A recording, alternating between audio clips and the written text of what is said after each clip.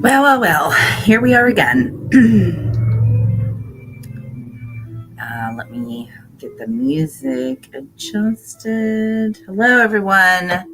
We are dropping things on the floor. That's what we're doing. We're dropping things on the floor. It is time to read again.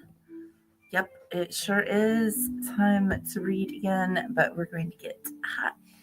It's my new mask. Welcome. Got Sasquatch with me. We're going to be reading again.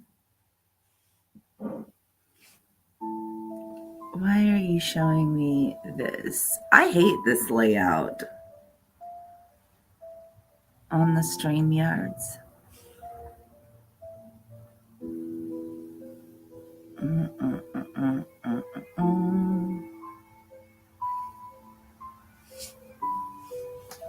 don't like it. I don't like that. Don't.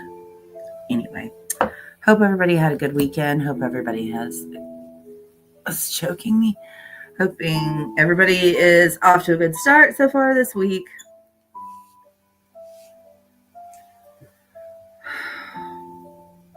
Okay, I'll be back. I'll be right back. I don't have the things I need. Son, you're so cute and squishy. I'm going to come back and squish you. I'm going to squish you in front of the camera. I'm going to do it. Oh, there it is.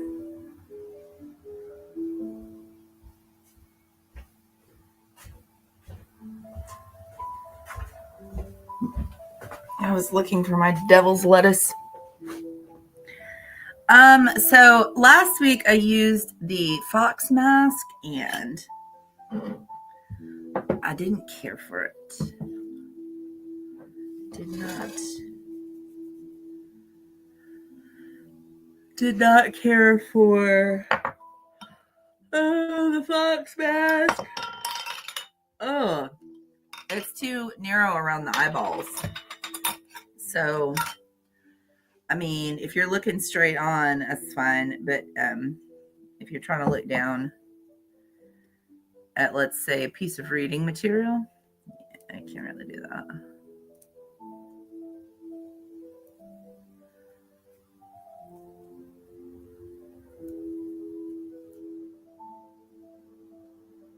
So, anyway.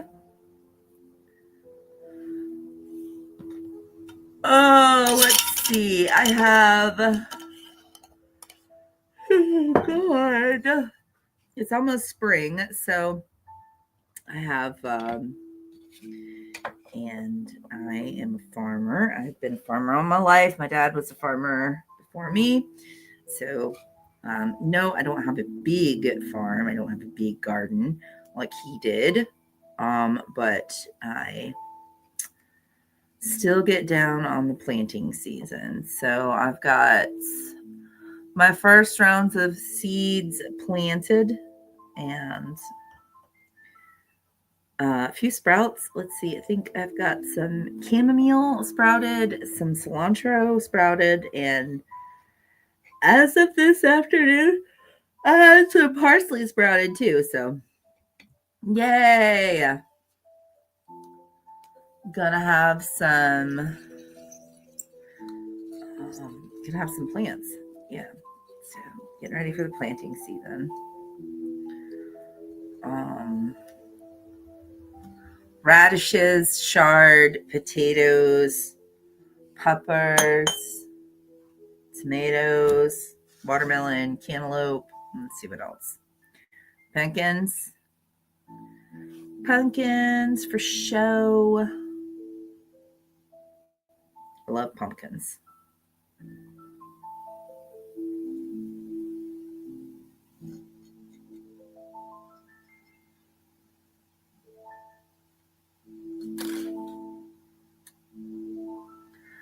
This music that I am playing is called, not this advertisement, of course, because we don't really care about the advertisement, but this music is called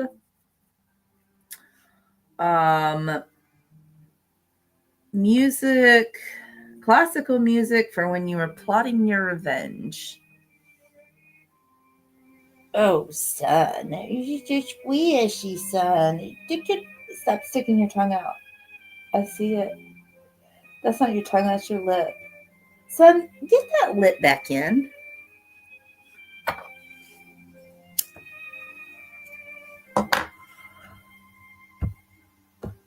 So, anyway.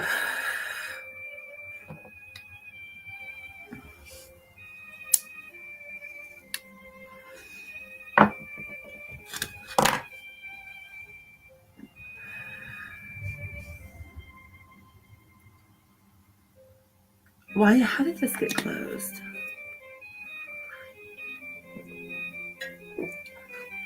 Okay.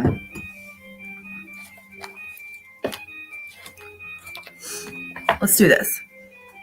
So last week, I only read one chapter because it was a long chapter. So let's see. We're on chapter 6. Let's see how long chapter 6 is.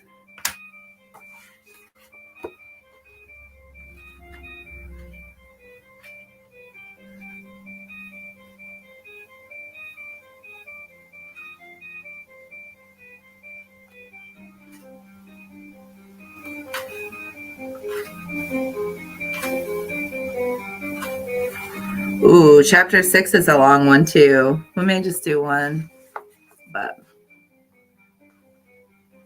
we'll see.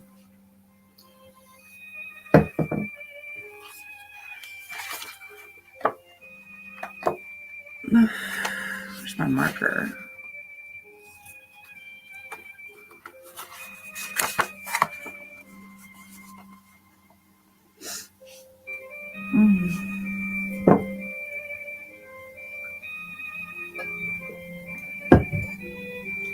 Son of mine. All right, we're not reading just yet. I have to squish this. I have to squish this. Look at this. Look at this squish. Look at my son. Son of mine, He's my squishy son. He's my son. He's my son. Can you see it? Can you see that? You hate it when I put you on the camera. You hate it, son of mine. Son of mine.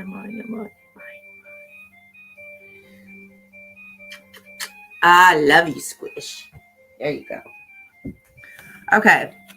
I'm sorry. I had to get that sugar. Cat sugar is the best. Oh, that was attached to my head. Okay.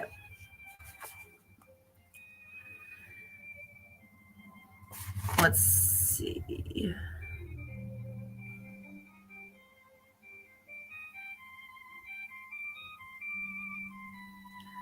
So last week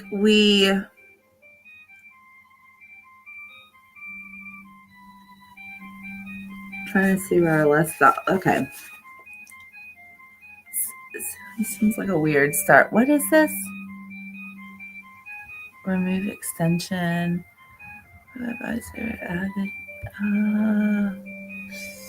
don't know what that was. Okay. Chapter 6. In a moment, we were in a French village. We walked through a great factory of some sort where men and women... Low battery. Please charge.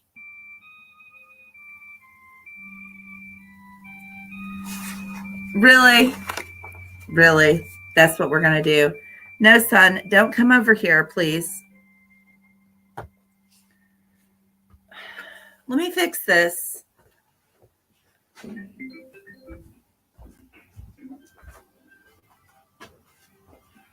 Oh, is this... Low battery. Please charge. I know. You told me one time already.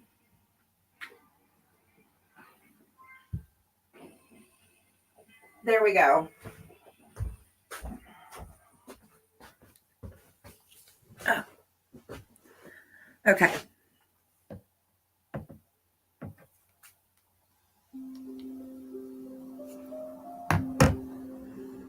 Jeez. Low battery. Please charge. I plugged it in. Are you going to keep doing that to me?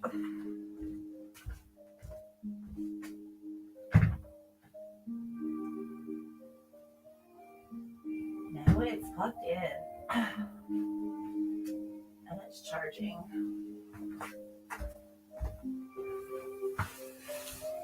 If it does, I'll just turn it off. Okay.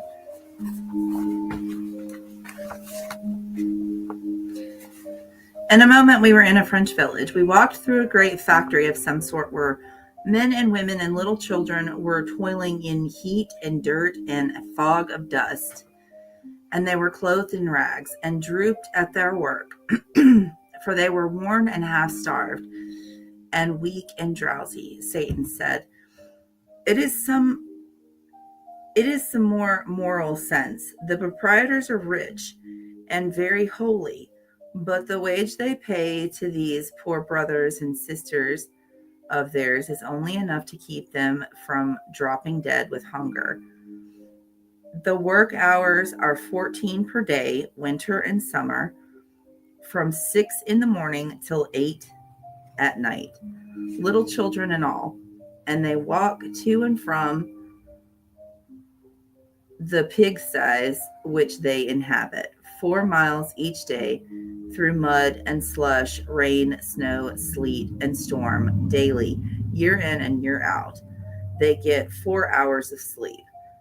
They kennel together 3 families in a room in unimaginable filth and stench, and disease comes and they die off like flies. Have they committed a crime, these mangy things?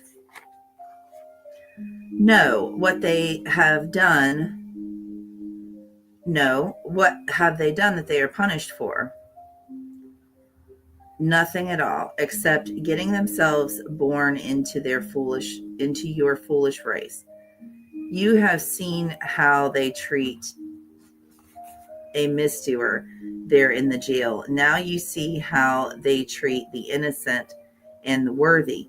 Is your race logical? Are these ill-smelling innocents better off than that heretic? Indeed, no. His punishment is trivial compared with theirs. They broke him on the wheel and smashed him to rags and pulp after we left, and he is dead now, and free of your precious race. But these poor slaves here, why they have been dying for years, and some of them will not escape from life for years to come. It is the moral sense which teaches the factory proprietors the difference between right and wrong. You perceive the result. They think themselves better than dogs. Ah, you are such an illogical, unreasoning race, and paltry, oh, unspeakably.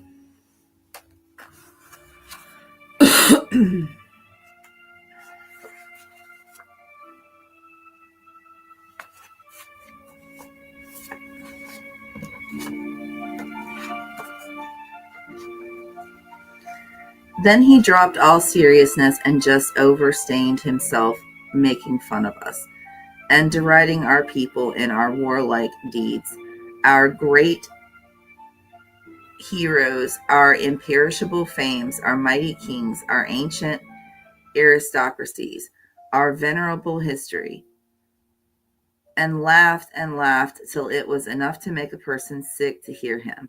And finally he sobered a little and said, But after all, it is not all ridiculous. There is a sort of pathos about it when one remembers how few are your days, how childish your pomps, and what shadows you are.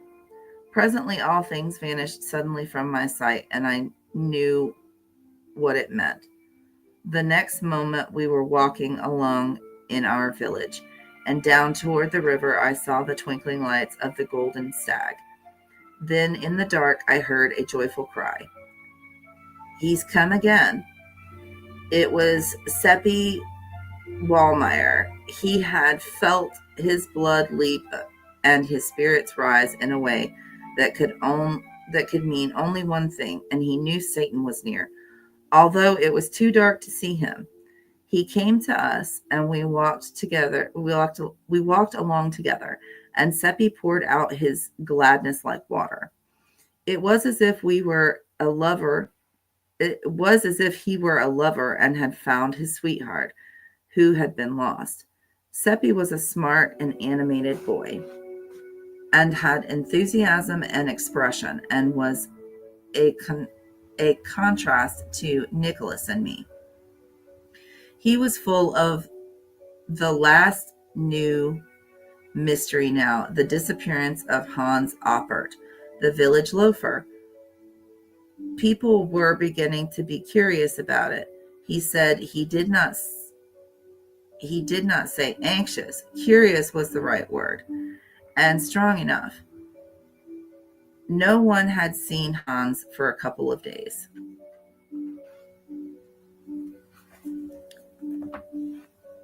Is that weed? Whoops.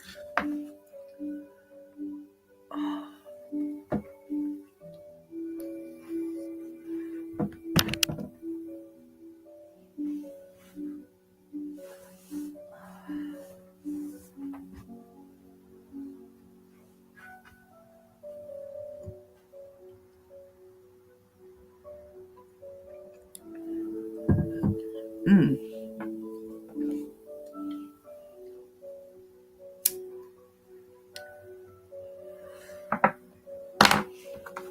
Welcome to the two people that were here, now aren't.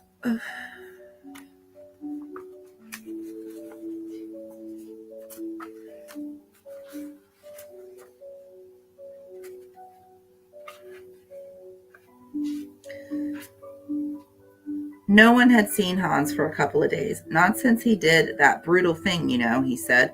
What brutal thing? It was Satan that asked. Well, he is always clubbing his dog, which is a good dog and his only friend, and is faithful and loves him and does no one any harm. And 2 days ago, he was at it again, just for nothing, just for pleasure. And the dog was howling and begging, and Theodore and I begged too. But he threatened us and struck the dog again with all his might and knocked one of his eyes out. And he said to us, "There, I hope you are satisfied now. That's what you have got for him by your damned meddling." And he laughed, the heartless brute. Seppi's voice trembled with pity and anger. I guessed what Satan would say, and he said it.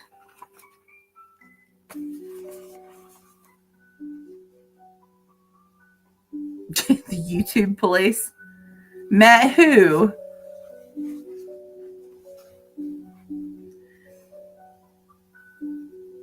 There is that misused word again, that shabby slander. Brutes do not act like that, but only men.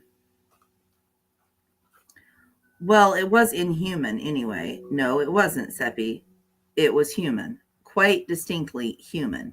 It is not pleasant to hear you libel the higher animals by attributing to them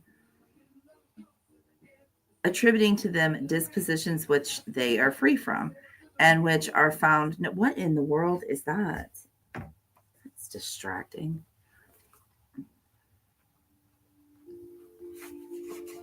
It is not pleasant to hear you libel the higher animals by attributing to them dispositions which they are free from, and which are found nowhere but in the human heart. None of the higher animals is tainted with the disease called the moral sense. Purity, your language, Seppi, drop those lying phrases out of it. He spoke pretty sternly for him, and I was sorry I hadn't warned Seppi to be more particular about the word he used. I knew how he was feeling. He would not want to offend Satan. It would rather offend all his kind. There was an uncomfortable Jesus, that's itchy. Oh. There was an uncomfortable silence, but relief soon came, for that poor dog came along now, with his eye hanging down, and went straight to Satan, and began to moan and mutter brokenly. And Satan began to answer in the same way, and it was plain that they were talking together in the dog language. We all sat in the grass and in the moonlight, for the clouds were breaking away now, and Satan took the dog's head in his lap and put the eye back in its place. And the dog was comfortable, and he wagged his tail and licked Satan's hand, and looked thankful and said the same. I knew he was saying it, though I did not understand the words. Then the two talked together a bit, and Satan said, "He says his master was drunk." "Yes, he was," said we. And an hour later he fell over the precipice there beyond the cliff pasture. We know the place. It is 3 miles from here. And the dog has been often to the village begging people to go there, but he was only driven away and not listened to. We remembered it, but hadn't understood what he wanted.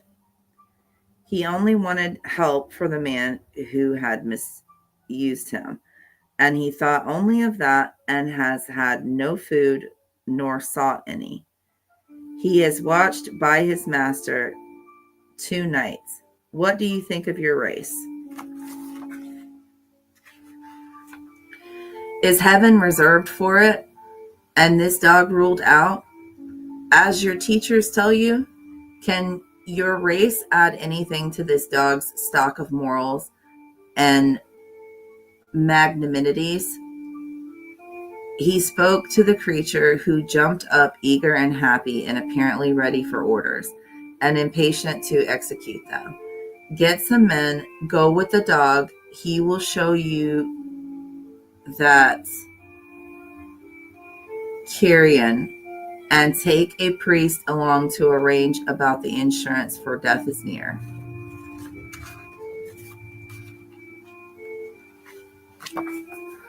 What's up, Vader?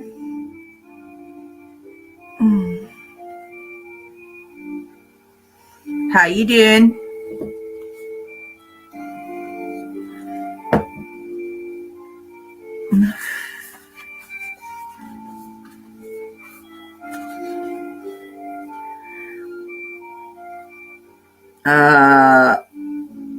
Okay, I was at the top.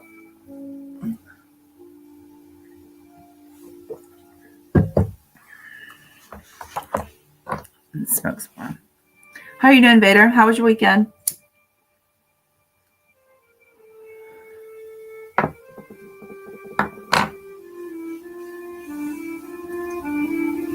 Son, laying next to me on the couch. I love you, son.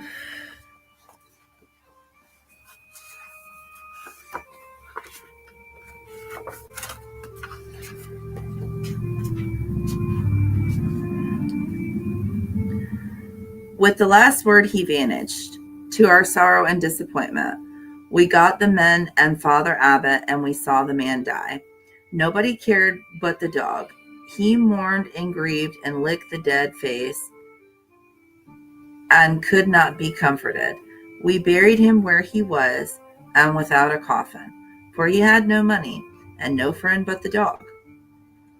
If we had been an hour earlier, the priest would have been in time to send that poor creature to heaven.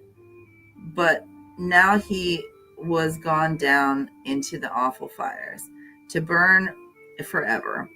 It seems such a pity that in a world where so many people have difficulty to put in their time, 1 little hour could not have been spared for this poor creature who needed it so much. and to whom it would have made the difference between eternal joy and eternal pain. It gave an appalling idea of the value of an hour, and I thought I could never waste one again without remorse and terror. Seppi was depressed and grieved and said it must be so much better to be a dog and not run such awful risks. We took this one home with us and kept him for our own. Seppi had a very good thought as we were walking along, and it cheered us up and made us feel much better. He said the dog had forgotten the man that had wronged him, so, and maybe God would accept that absolution. There was a very dull week now, for Satan did not come. Nothing much was going on, and we boys could not venture and go and see Margate, because the nights were moonlit and our parents might find out if we tried. But we came across Ursula a couple of times, taking a walk in the meadows beyond the river to air the cat, and we learned from her that things were going well. She had natty new clothes on her and bore a prosperous look. The 4 Goshen a day were arriving without a break, but were not being spent for food and wine and such things. The cat attended all that. Margate was enduring her forsakenness and isolation fairly well, all things considered, and was cheerful by help of Willem meddling. Fucking hate commercials. I'm doing great, just chilling like a villain. All right, well, you know what? When I finish this chapter, because I think I'm only going to do one because it's a long chapter, I'll put the link in the chat and y'all can come up. Whoever wants to come up can come up and we can hang out for a little while, but not too late. All right. With the help of a cheerful Willem meddling.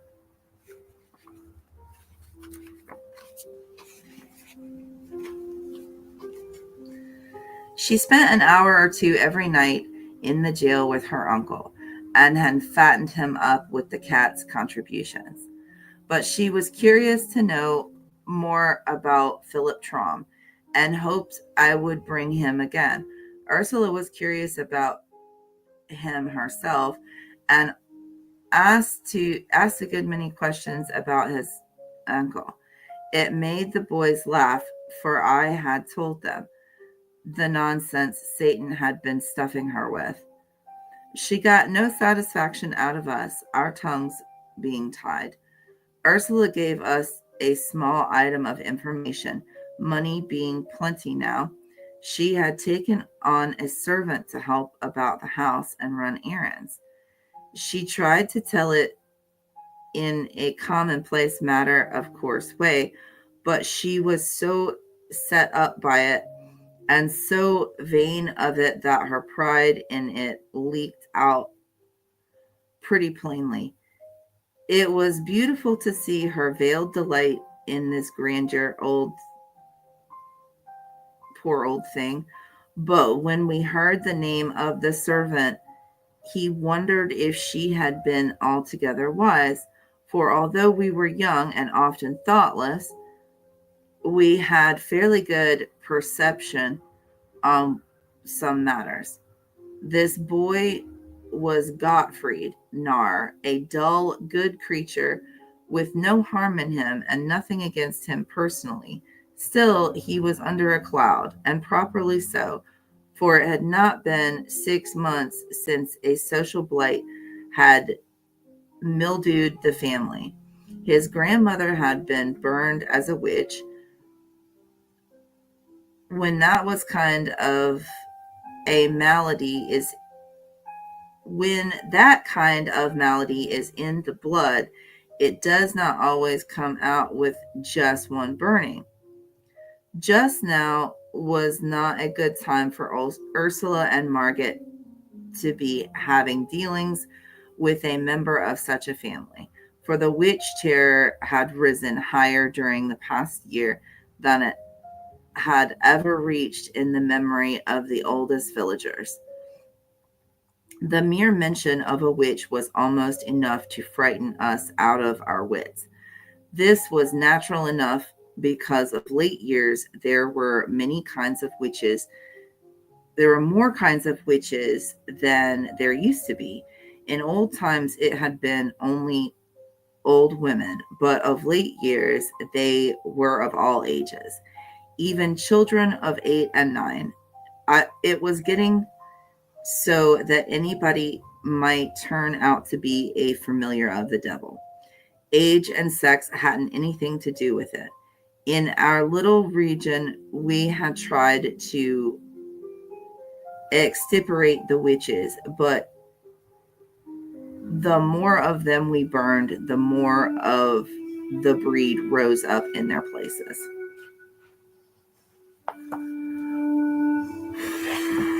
My mouth is tired.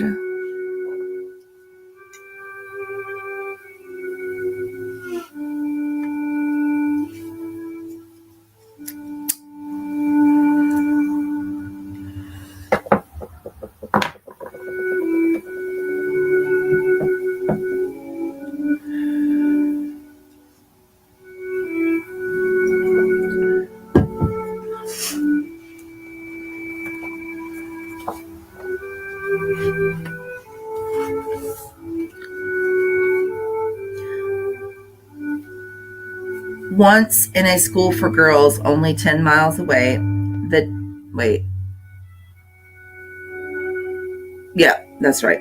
Once in a school for girls only 10 miles away, the teachers found that the back of one of the girls was all red and inflamed, and they were greatly frightened, believing it to be the devil's marks. The girl was scared and begged them not to denounce her, and said it was only fleas.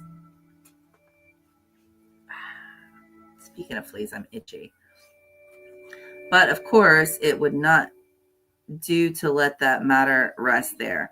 All the girls were examined, and 11 out of the 50 were badly marked, the rest less so. A commission was appointed, but the 11 only cried for their mothers and would not confess. Then they were shut up, each by herself, in the dark, and put on black bread and water for 10 days and nights. And by that time they were haggard and wild, and their eyes were dry, and they did not cry any more, but only sat and mumbled, and would not take the food. Then one of them confessed and said they had often ridden through the air on broomsticks. The hell? Ridden through the air on shit.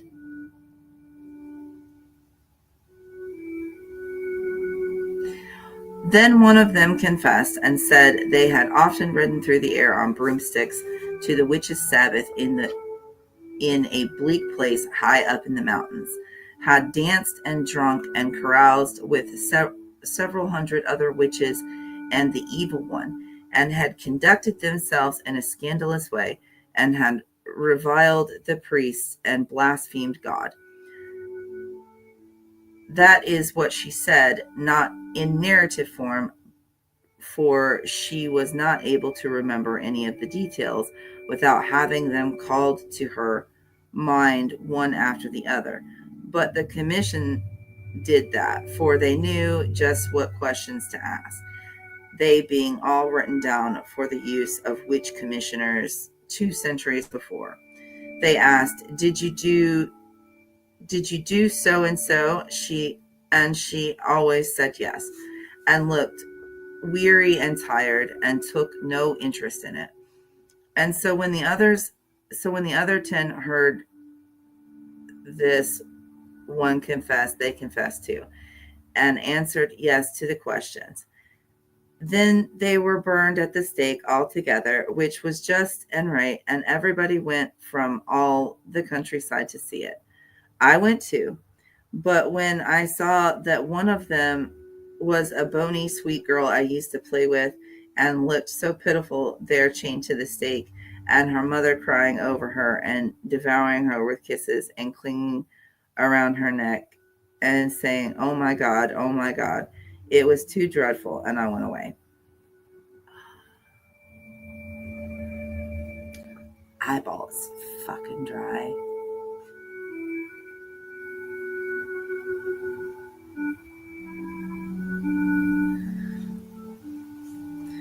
What's the matter, Vader? Is it not exciting enough for you? See, what's exciting is this piece of fluffing hair on top of my head. Shit. It was bitter cold weather when Gottfried's grandmother was burned.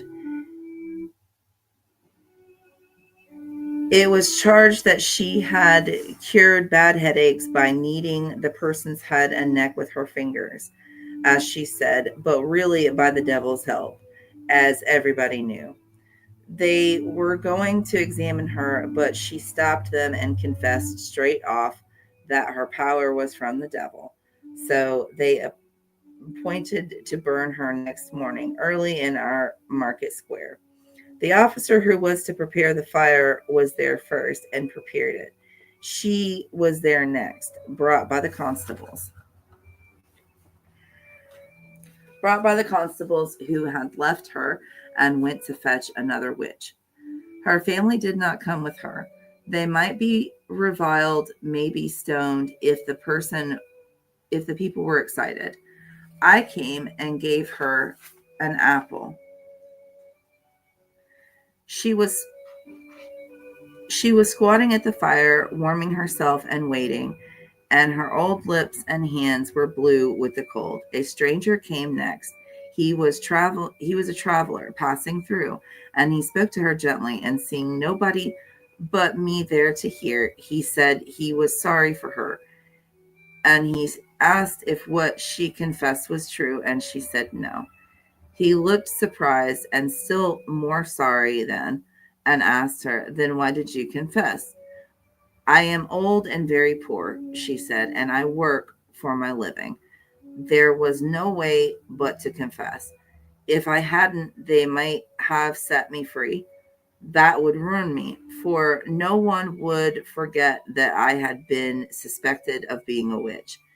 And so I would get no more work. And wherever I went, they would set the dogs on me.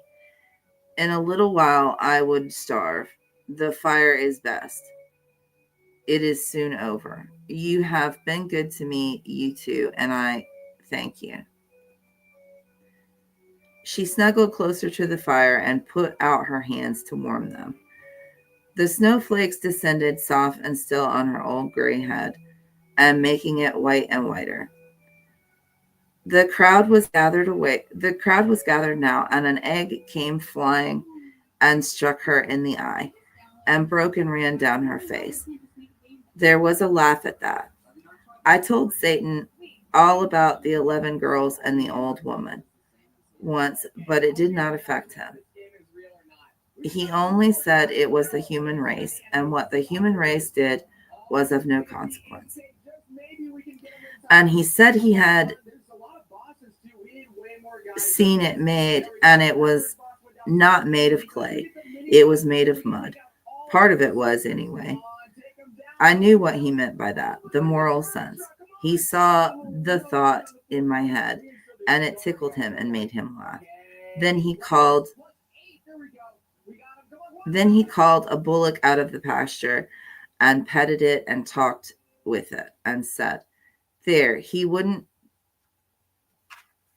drive children mad with hunger and fright and loneliness, and then burn them for confessing to things invested for them which had never happened.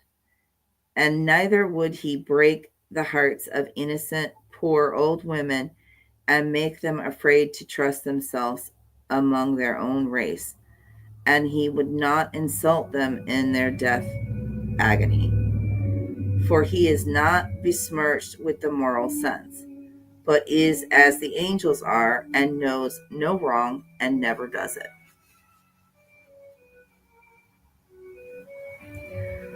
Lovely as he was, Satan could be cruelly offensive when he chose, and he always chose when the human race was brought to his attention.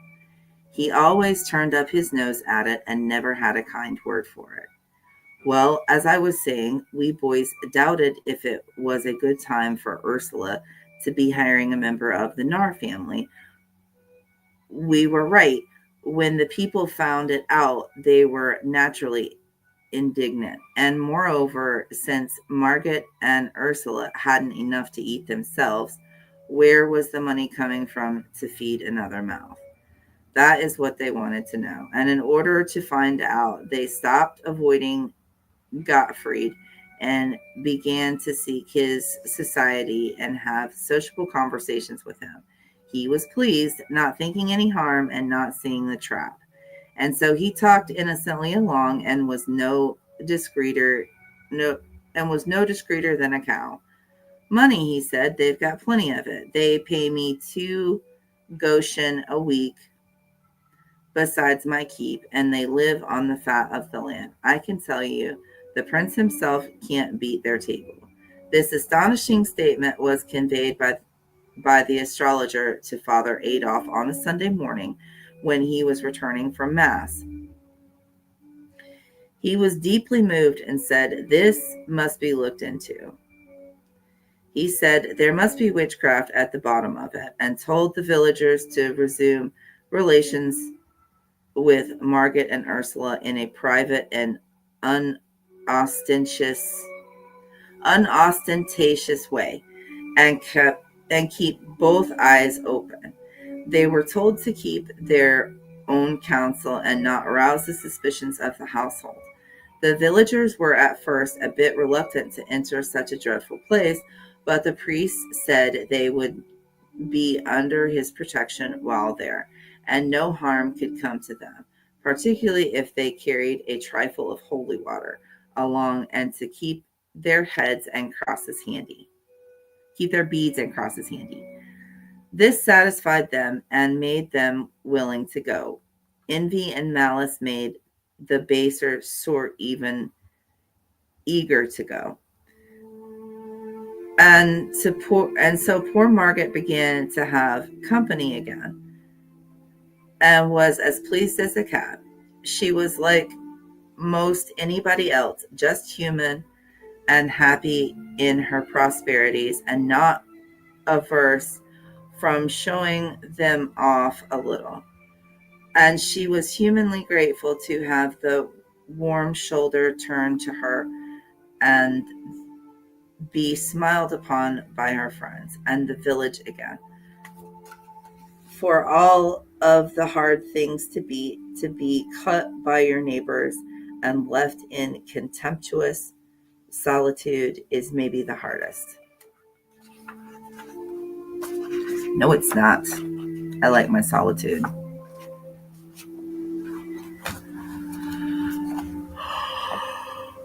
What's up, Eddie M? Welcome. Welcome, welcome. Hey, Steph.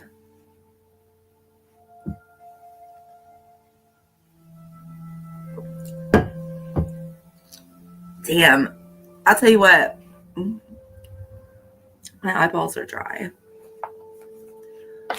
Is my... Because it's not in here anymore. Or somebody knocked it on the floor then, I guess.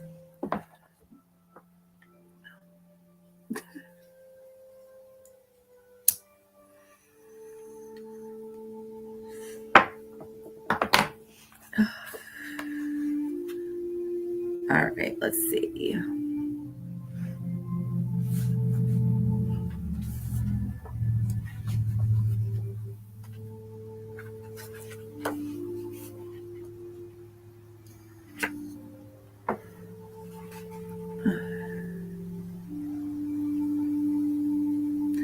The bars were down and we could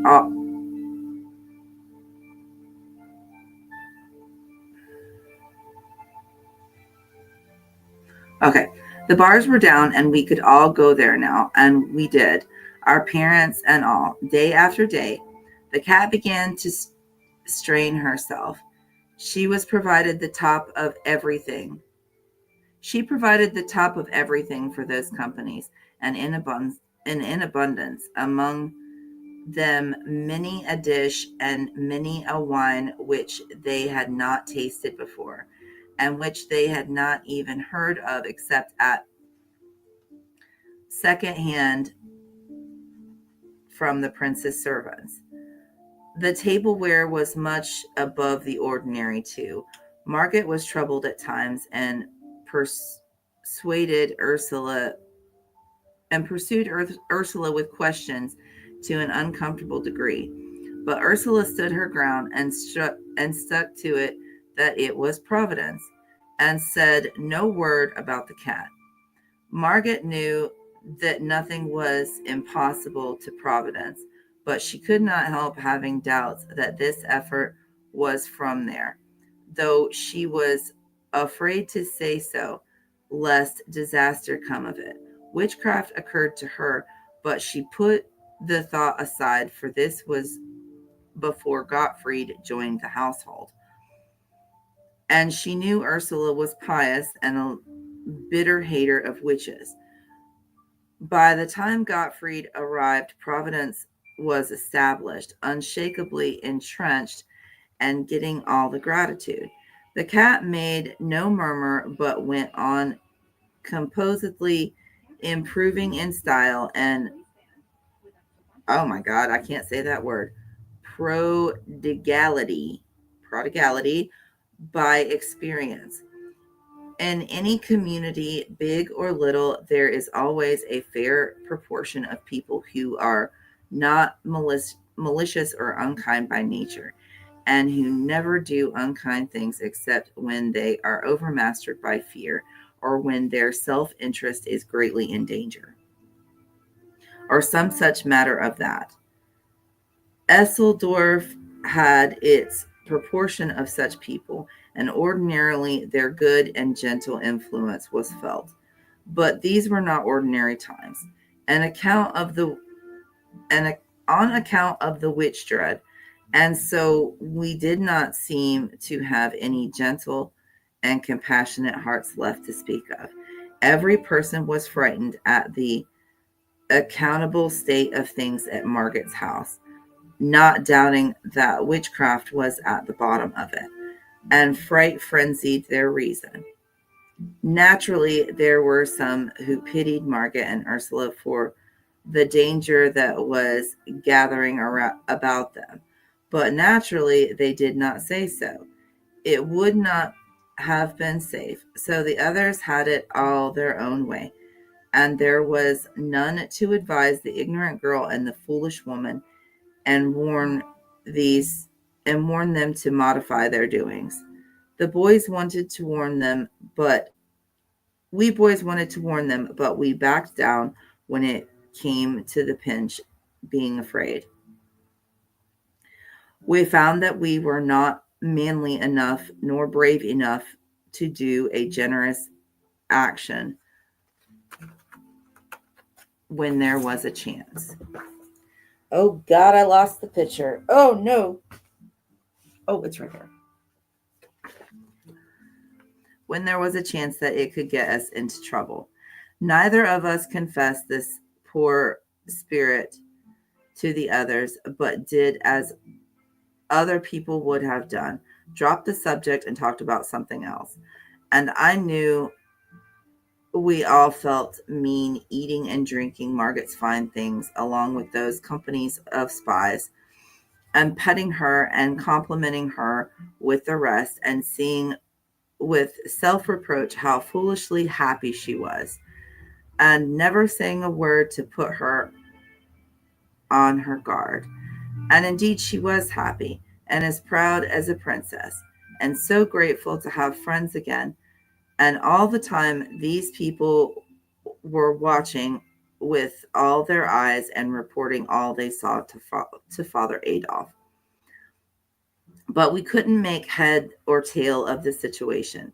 There must be an enchanter somewhere on the premises. But he couldn't make heads or tail of the situation. There must be an enchanter somewhere on the premises. But who was it? Margaret was not seen to do any jugglery, nor was Ursula, nor yet Gottfried. And still the wines and dainties never ran short, and a guest could not call for a thing and not get it. To produce these effects was usual enough with witches and enchanters. That part of it was not new, but to do it without any incantations or even any ramblings or earthquakes or lightnings or apparitions, that was new, novel, wholly irregular. There was nothing in the books like this. Enchanted things were always unreal. Gold turned to dirt in an unenchanted atmosphere. Food withered away and vanished. But this test failed in the present case. The spies brought samples. Father Adolf prayed over them, exorcised them, but it did no good.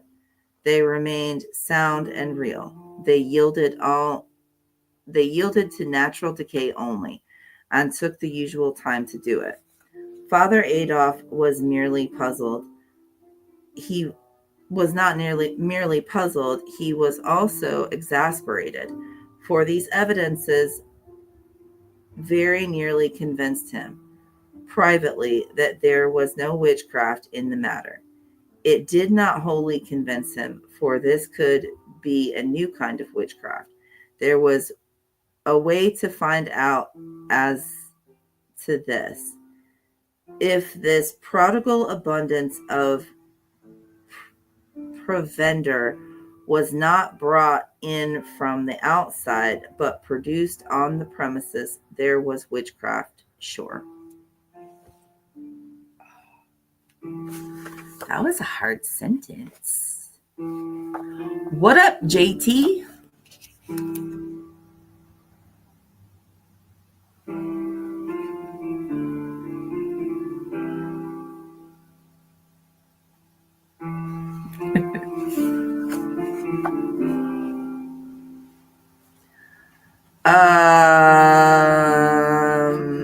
Not going. Oh, this is a long ass fucking chapter. No, we're not reading that tonight. So that was chapter 6. Next week, chapter 7. Oh God, my fucking eyeball. Oh, hi, Rain.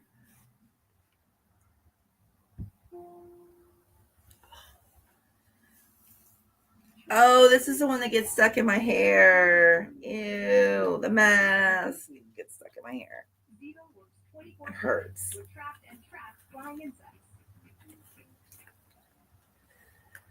Whew.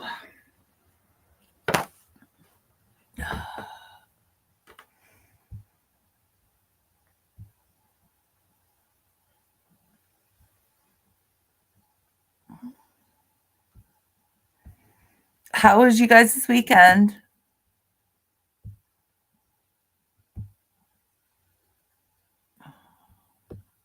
I'll put the link up if anybody wants to come up and chat for a few minutes.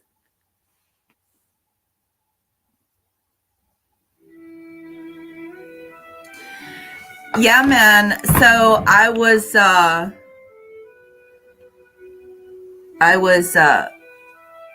taking care of the animals, and I was was in the kitchen making Sophie her dinner.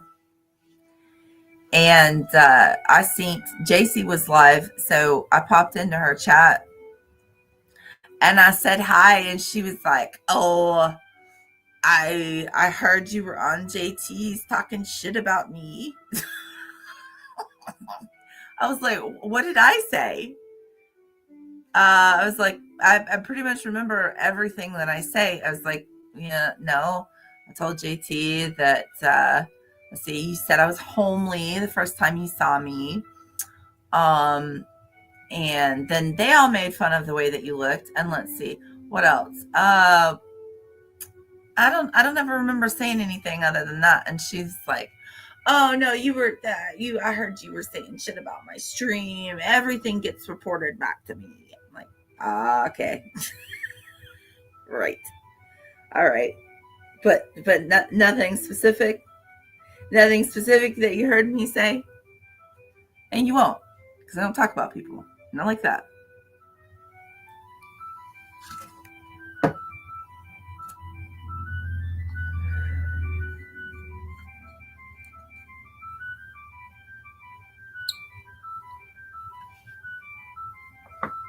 But yeah, I will go wherever the fuck I want and talk to whoever I want to.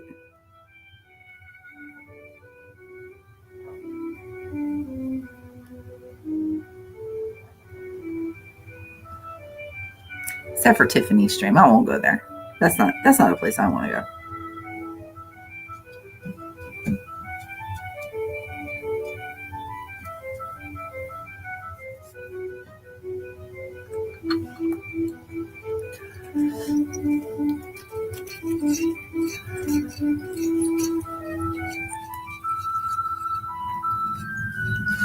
Hi, Eddie. How are you? Spooky's gonna catch you over here. I'm surprised she hasn't showed up already. Son, you look so cute on the couch, son. Son of mine.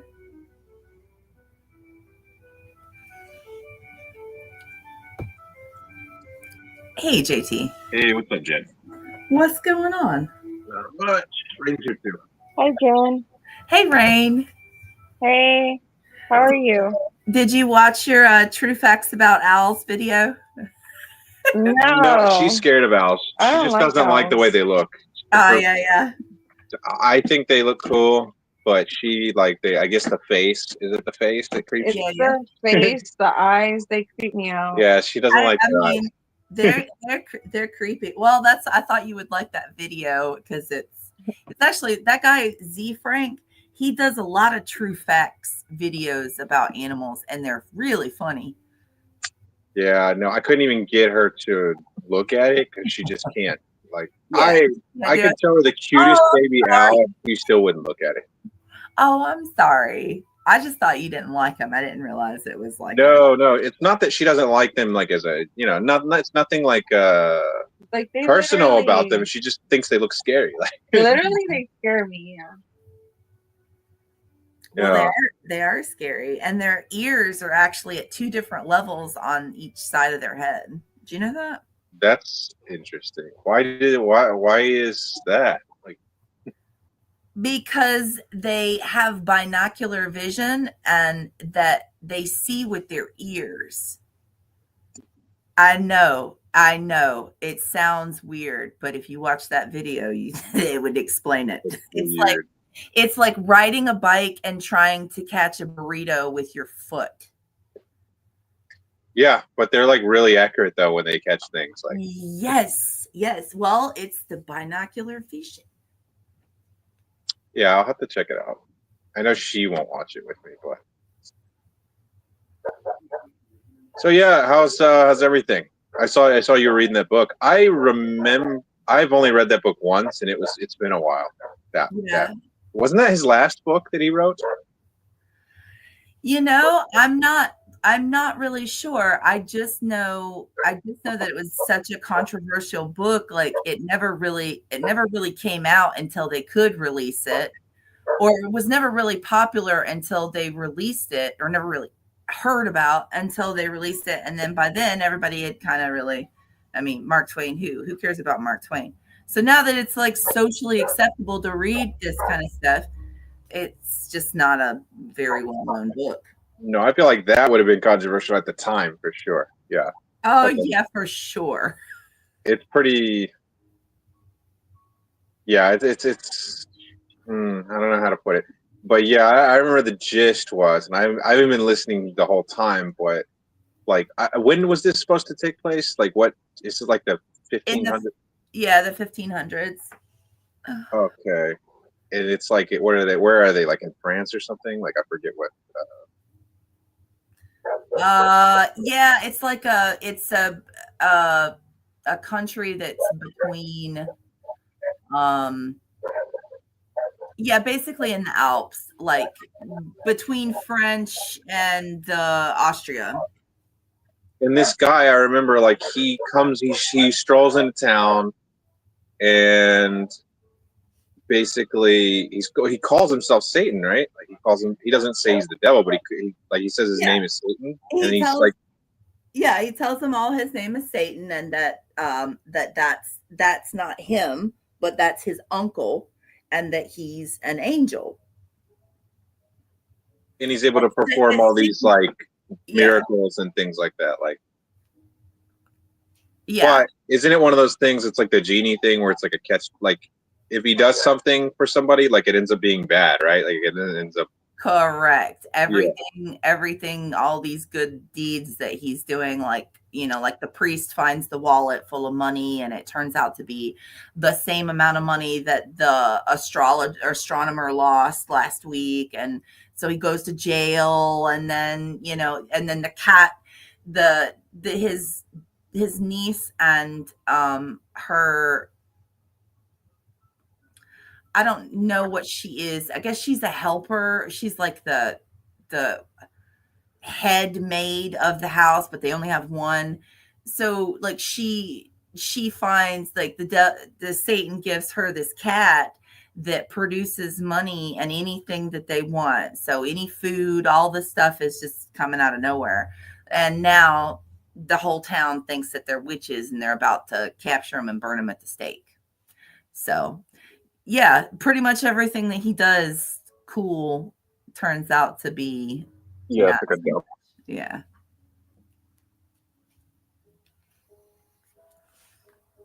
Give me 1 second. No problem.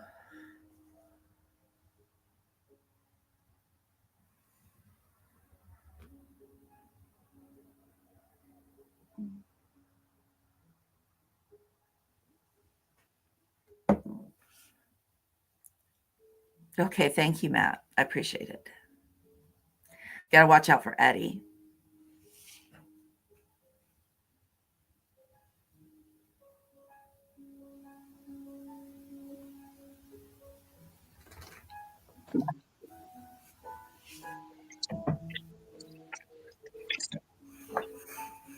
Yes, because we're actually about to drive somewhere. Oh yeah. I don't know what she's doing. Are you driving by Wiggins' house? Yeah, about to go do a drive-by. Hell yeah. No, he was doing like a I guess they were doing a stream indirectly about you. I don't know why. Oh, I heard it. Something about I don't get what it was. They were, I don't know. It was weird. It was like, yeah. Well, I'm assuming even though he didn't say it, I'm assuming that somebody got their Valentine's. yeah, I think he got the feather in the mail, and then he was like upset about it or something. And listen, man, I'm telling you, if he's got carpet in his house, he's upset about that glitter. I put so much glitter in there that I had to put a double stamp on it, 2 stamps for the weight. Yes. He probably opened it and like glitter just fell. Oh, glitter everywhere. But I put the same quote on the inside of every card. The one about you cannot love God unless you love your fellow traveler on this mortal journey. It's a Thomas S. Monson quote, our current president of the LDS Church. So that was what that whole thing was about, because he started that stream off by saying, I've got some Mormon that wants to tell me what love is. And tirade about how like he played some gibberish preacher that was kept saying the angel Moroni, and I'm like, that's not how it's pronounced. It's Moroni, like your eyeball, dude. Yeah. This guy is saying that it was that the angel Moroni was a fallen angel, and this whole religion was based on devil worship. And I'm like, they were talking about like all the signs and stuff and the astrological markings on the temples, and they were like, oh, it's Freemason stuff, and that's not correct. It's not exactly wrong. It's not correct. But that's another story for another day. But yeah, they just were going on and on about the Mormon religion and all kinds of shit, but never said what it was or who the stream was specifically about. Oh, they thought the glitter hat was a reference to Ziggy from Ziggy Stardust. Dude, the way they try to put stuff together is so crazy. I'm like, dude, it's about the comic strips. I'm like, well, but they thought that's why I put the glitter in there, and I'm like, dude, you know what they think? They think it's like it's like that movie. What the fuck was that movie with Tom Hanks? They think it's like Da Vinci Code or something. They're out here like deciphering some kind of code or something. Right. They think it's like a conspiracy or something. They literally think that they're like the last real Christians on Earth or something, and they're being persecuted, and everyone's evil and satanic and demonic. Like, I actually have a book that somebody gave me that's about what Dot was talking about was the markings on the outsides of our temples. Every temple has different markings and symbolism for the state, things that were important, lots of different things. But the constellations, that's true. There's constellations. There's a constellation on every one of our Mormon temples. But she was talking about those markings, and I actually have a book that talks about the symbolism of every one of these temples and what it means, specifically what it refers to in the Bible, all kinds of stuff, and other things. And if I didn't love that book so much, and it wasn't worth a whole lot of money because you can only get it through the church. Was that a woman on the side of the road? I would send that book to Wiggins just because they were talking about that shit. But I'm not giving that book up. I think that dog's dead. Sucks. No, it's because we just saw a woman on the side of the road with a dog, and it looks like the dog got ran over or something. Oh, damn. It sucks. I think her dog must have gotten out or something. There's some way to help her rush right now. Plus, I mean, there's nothing we're going to be able to do. Like, they probably already called animal hospital. It sucks.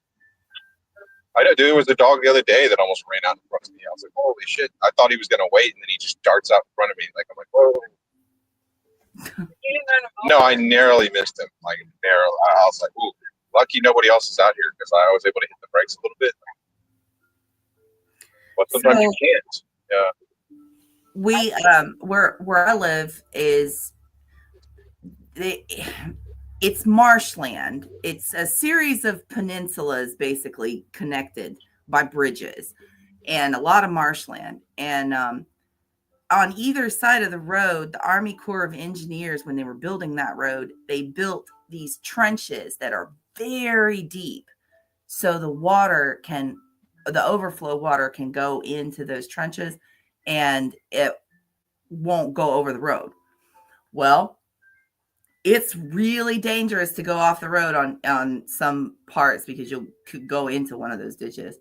And I was going through the marsh one night over the bridge, just about to the bridge, and a coyote came out of nowhere and ran right in front of the car. I missed him by maybe 12 inches.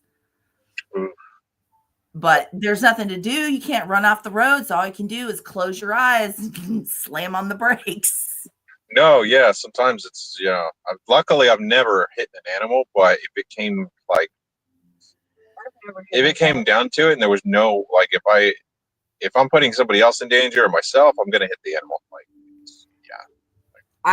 yeah. I hit a 4-point buck in California coming down a mountain. Like I was doing probably about 60. That deer went through the windshield into the passenger seat. Like I thought I was like, I'm dead. This is all I could do was put my head down like on the steering wheel and try to cover my face. Like that was scary as shit. No, that is for sure. It came out. Look, I was driving, and it's a 2-lane road, and the oncoming traffic coming their way was a big ass dump truck. And as soon as that dump truck cleared my line of vision next to my car, there was that fucking deer right behind the dump truck. And I was like, oh shit. Yeah, no, they will run out in front of you. They'll hit your car, like, sure.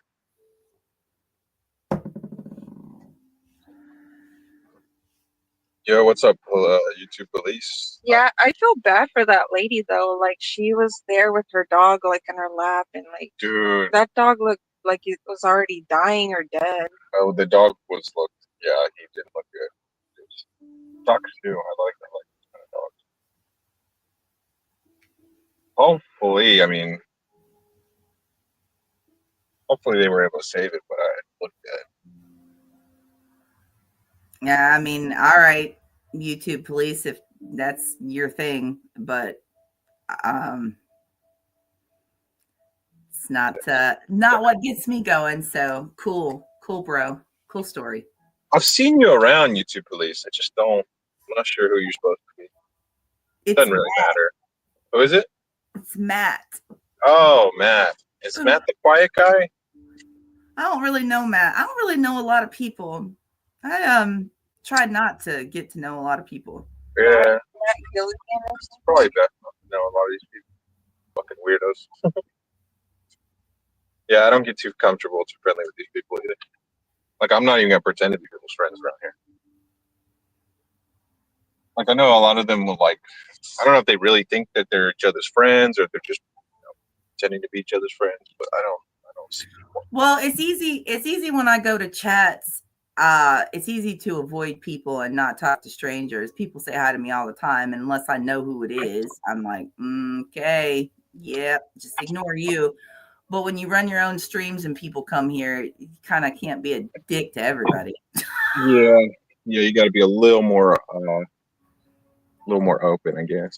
Yeah, I can't not talk to strangers at my own stream. Yeah, it's kind of like the whole point of running a stream is to talk to strangers. Yeah, I did.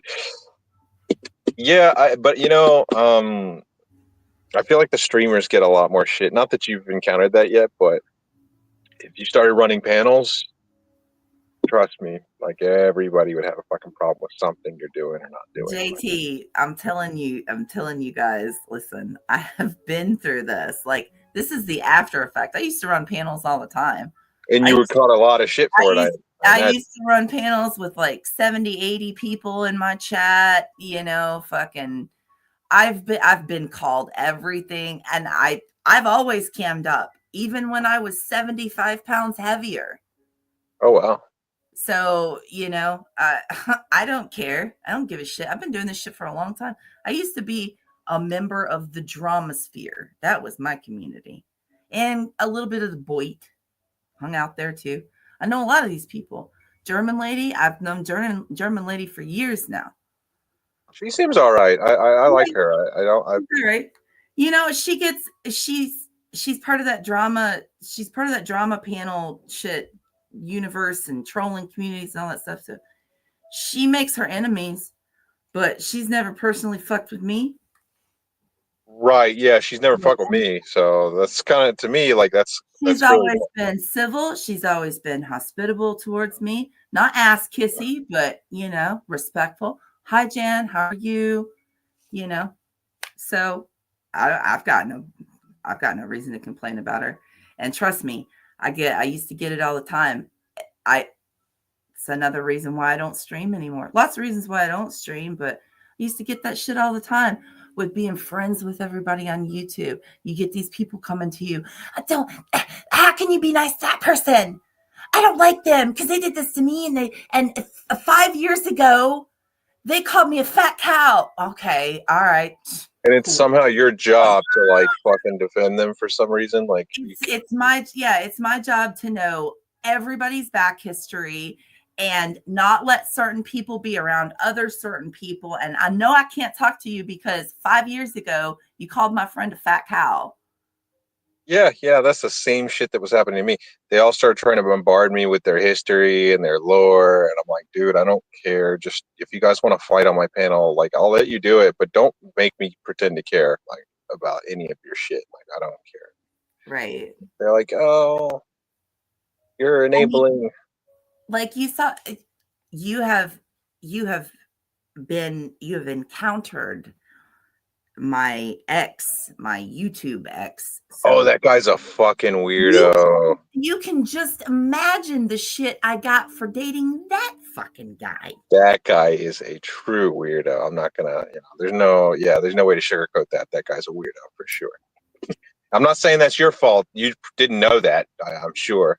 Well, Ziggy But asked me, he was like, because he asked me, because I shared this with him. I was like, okay, this is how this happened. Like, we dated we internet dated, dated for several months, and then he flew here and he stayed here for 2 weeks, and then I went to England and stayed for 2 weeks. And he was like, and I told him, I was like, he wasn't great when he was at my house, but I could clearly tell like that we weren't there were some compatibility issues, various different things, but it just was like, I went to England because for the sake of making a full assessment, I wanted to see him in his environment. Of course, he's going to be on his best behavior here in my environment. I I'm wanted sure to things see went to shit when you went over there, I imagine. and that is when shit went to shit. Shit went to real shit. And I was like, yeah, this guy, this not going, we're not gonna, so. Well, I'm surprised you guys even met up, but I mean, that's. Guess And you. the thing about this is all of these clips is all of this guy's interactions before. This guy had a reputation before I encountered him on the internet. And all of the isolating me and not letting me talk to people was so that I wouldn't find out the things about him. But I didn't care. I wanted him to tell me what the things were about him. But when I found out when we broke up, like all of this information was out there. I could have gone and done research on him whenever I wanted. I could have gotten all the clips and all of the things said and all the emails and the text messages from all these women and all these guys that he's crossed paths with.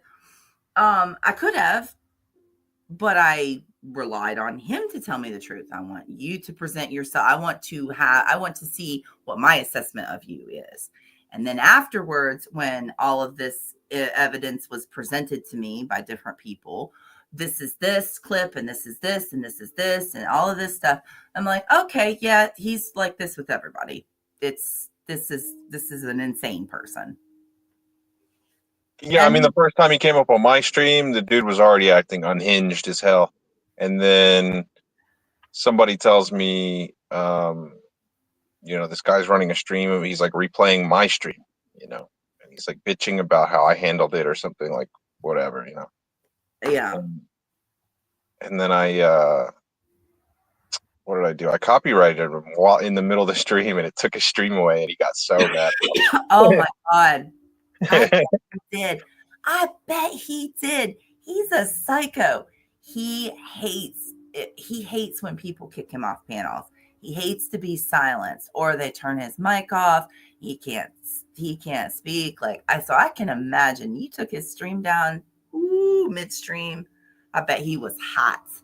Oh, he was so mad. He's like, "I'm gonna now you could." I was like, "Dude, I'm just fucking with you, man. I just wanted to see if it would work. I didn't think it was gonna take it off like in the middle of the stream, but it did."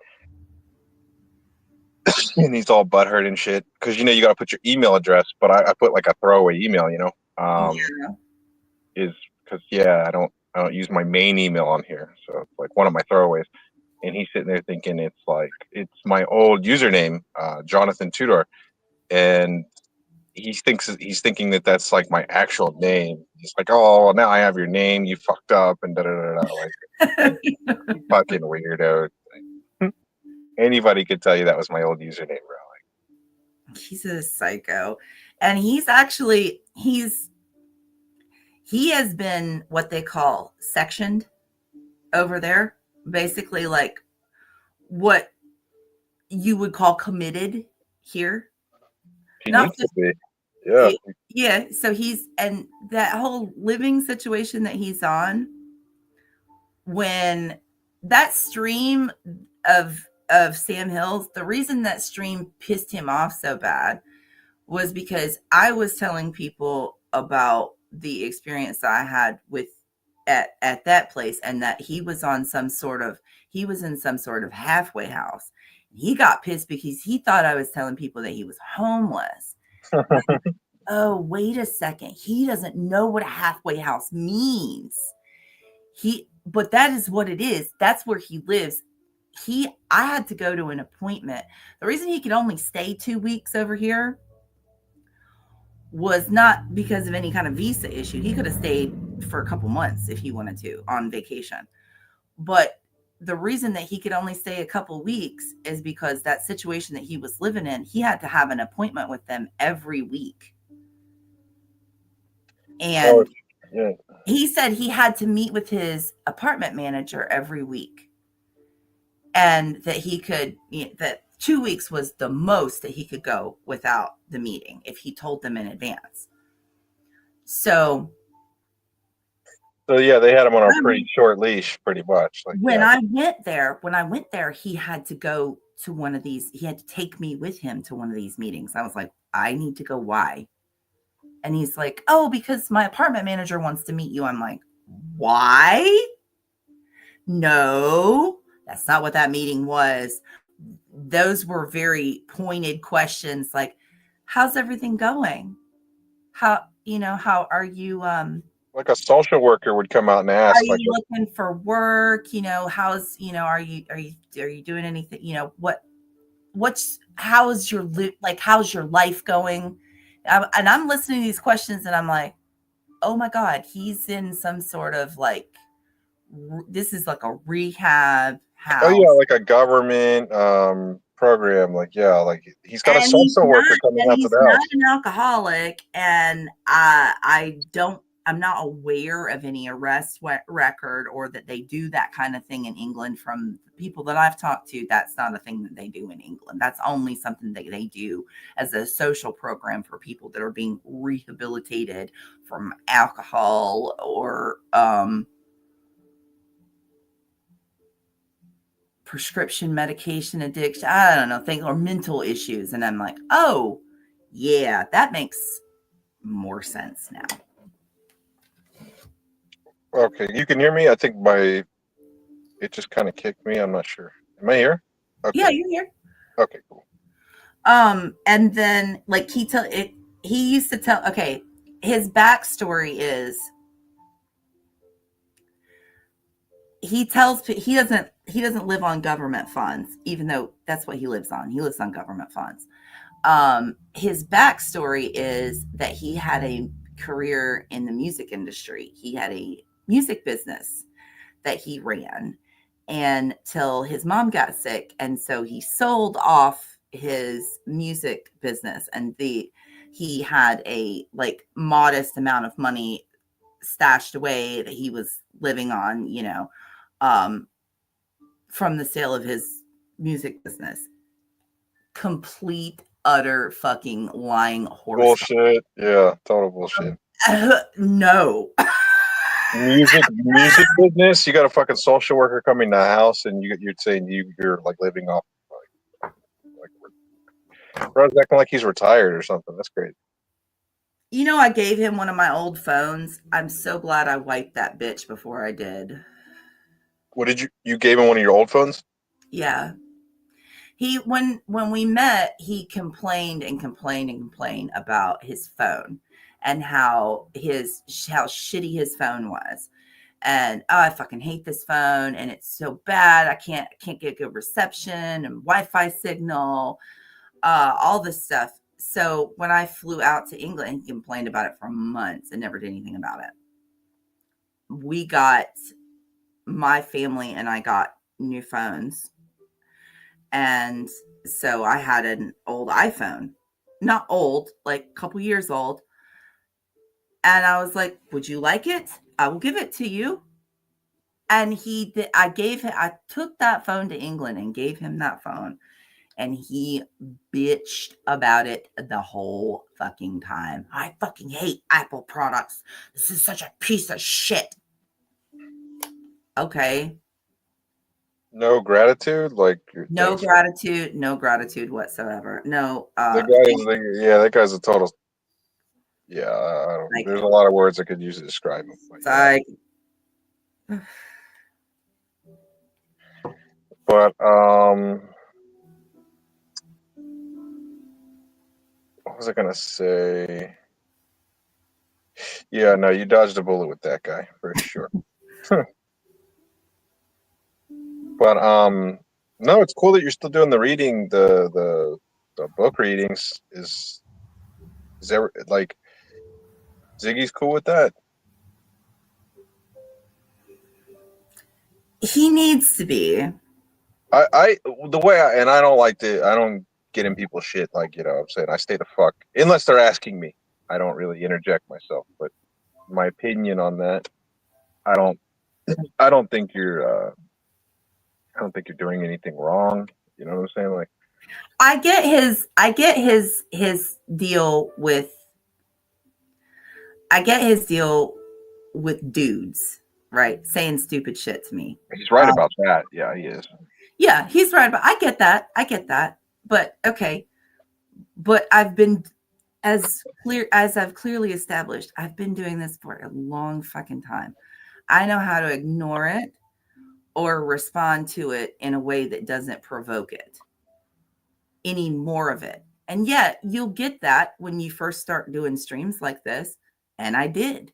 But you notice now nobody's in the chat being inappropriate other than that weird comment about wearing sexy cop clothes, which I don't even understand. But okay. Yeah. You know, so here's the deal. And I get where he wants to jump on dudes and be like that. But he's the one that's making the problem.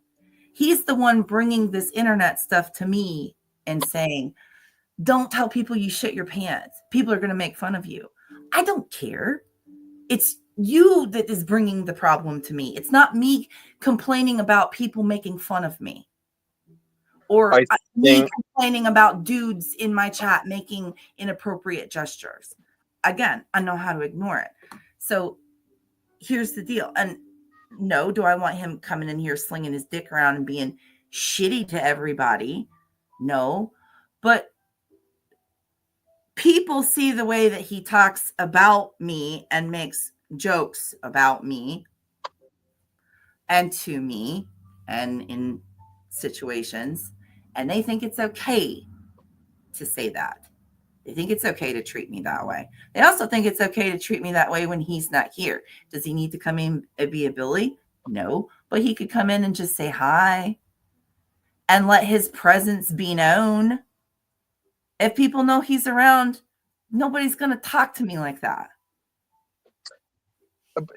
And my thing was also, like, if somebody's talking to you in a way you don't like, or you find it inappropriate, or whatever the case, you can always block that person. You can always, like, ban the person or whatever. You know what I'm saying? Like, it's your stream. You have control over it. Like, it when Rain was streaming, because when she first started streaming, she was doing it before me, and I wasn't really looking too much at it. I trusted her. I was like, you know what I'm saying. And she would always, like, tell them, like, you know, I got a boyfriend, whatever, you know, I'm not really, yeah. So that was never an issue. But I do understand his concerns on that for sure. But as long as you're being smart about it and you're being, respectful about it, I personally don't think it's like, a huge deal, because I don't think you're on here to do anything dishonest or shady against him. That's not the vibes that I'm getting. Like, Right. I'm not out here, wearing low cut tops, camming up, full. yeah, I don't think you're. I don't think I'll put it this way. I don't think you're like Tiffany out here trying to get attention from males on the internet. Right. That's Right. not what I'm getting from you. So I think you're just doing what you want to do, reading a book. And the flip side of that is too, I'm not going to let people that will come over here and make fun of me or, be shitty and make, tit comments and whatever. I'm not going to let that stop me from doing my thing either. Yeah, no, I get that. If it makes you happy, fuck it. Fuck them. If you like to do it. Plus, like I said, it's your stream. You can ban whatever you like. You don't have to see anything you don't want here. That's the good thing about running your own stream. You don't, you're the one in control of it. Like, you could ban if. Exactly. Yeah. So, hey, Steph. Hey, Steph.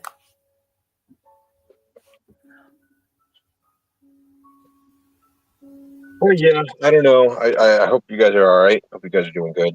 I don't, like I said, I don't know a lot about what goes on between you two, and it's not our business. Sometimes he'll mention like, oh, he doesn't like, like this, you running the streams, the book streams or whatever.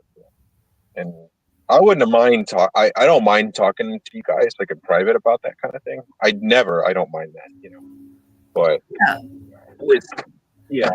but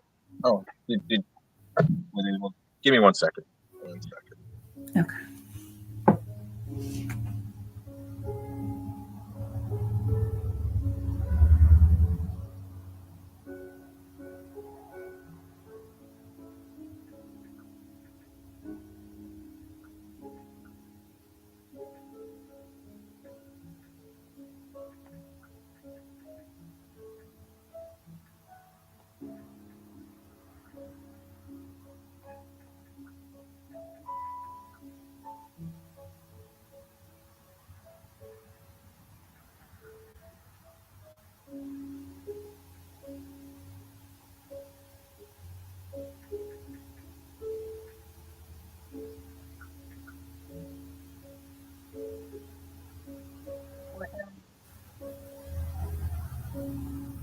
Hey Jen, I gotta go, but it was cool talking to you. Okay. You guys have a good night. You too, Jen. See you, Rain. See ya. All right, Jen. See you.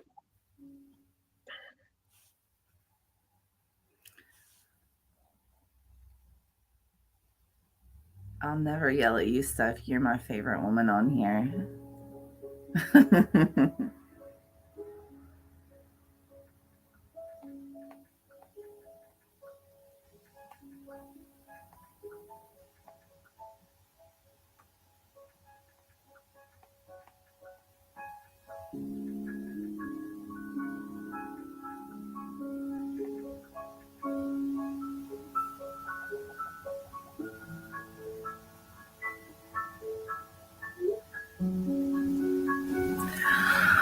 All right, guys. I've been at this for an hour and 30 minutes. I'm going to make some dinner and go to bed.